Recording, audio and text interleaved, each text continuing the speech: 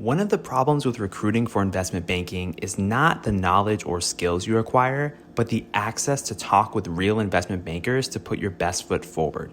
Our sponsor, WSO Academy, can provide those connections with 60 head mentors who are finance professionals at top firms like Goldman, Centerview, and JP Morgan. Imagine being able to get on the phone within 24 hours with one of the Academy's 1,300 mentors right before a critical interview. Get on the waitlist for WSO Academy today by clicking the link in the show notes or by visiting wallstreetoasis.com/academy. All right. Welcome to Investment Banking Insights, the only podcast dedicated to helping you learn both the technical and non-technical aspects of investment banking. Hello, my name is Alex Mason and I am your host. Thank you for joining me. Yes, we're going through all the fundamentals. We've been going through every imaginable topic, all of the main topics within the investment banking universe. So we've talked about valuation, enterprise versus equity value. We've talked about accounting fundamentals, discounted cash flow. And now we are on to mergers and acquisitions, a very important topic. And we've been going through things like synergies, those kinds of topics. But today's question is focused on capital, specifically debt. How much debt could a company use in a merger or acquisition? That's an interesting question, right? Because we've talked about the different currencies that companies can use to acquire another business. They can pay cash, they can pay in stock, or they can raise debt, which is just cash but borrowed from other people. But how much debt, if they use debt, could they actually use?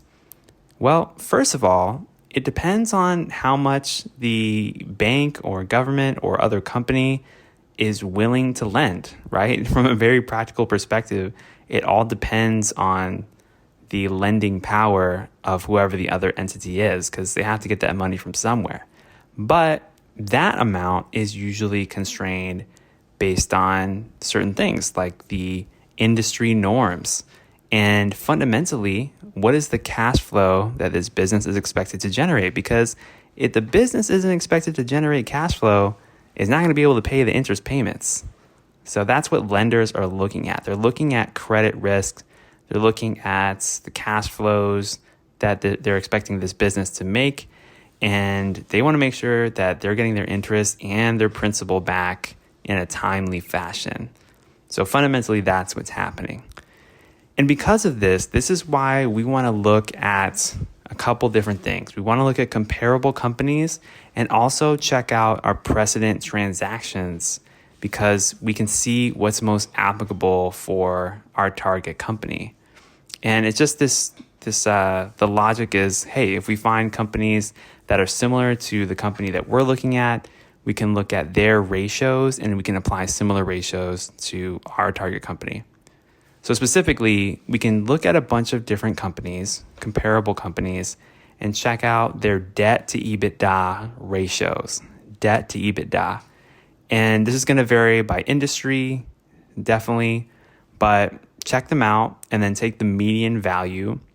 So let's go ahead and pretend that it's 4 times EBITDA, just as an example.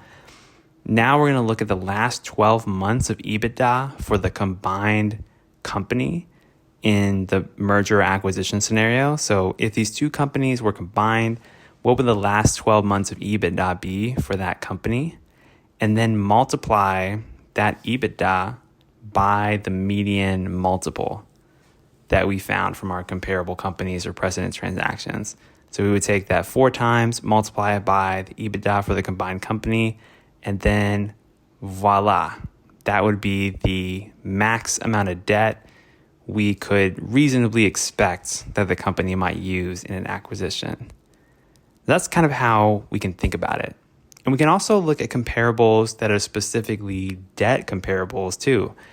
And this method will help us figure out the structure of the debt used, because it's not just the amount of money that companies borrow, but the way that companies borrow money can vary also. Some companies may borrow a lot of money and pay almost nothing for years and then have a huge balloon payment several years down the road.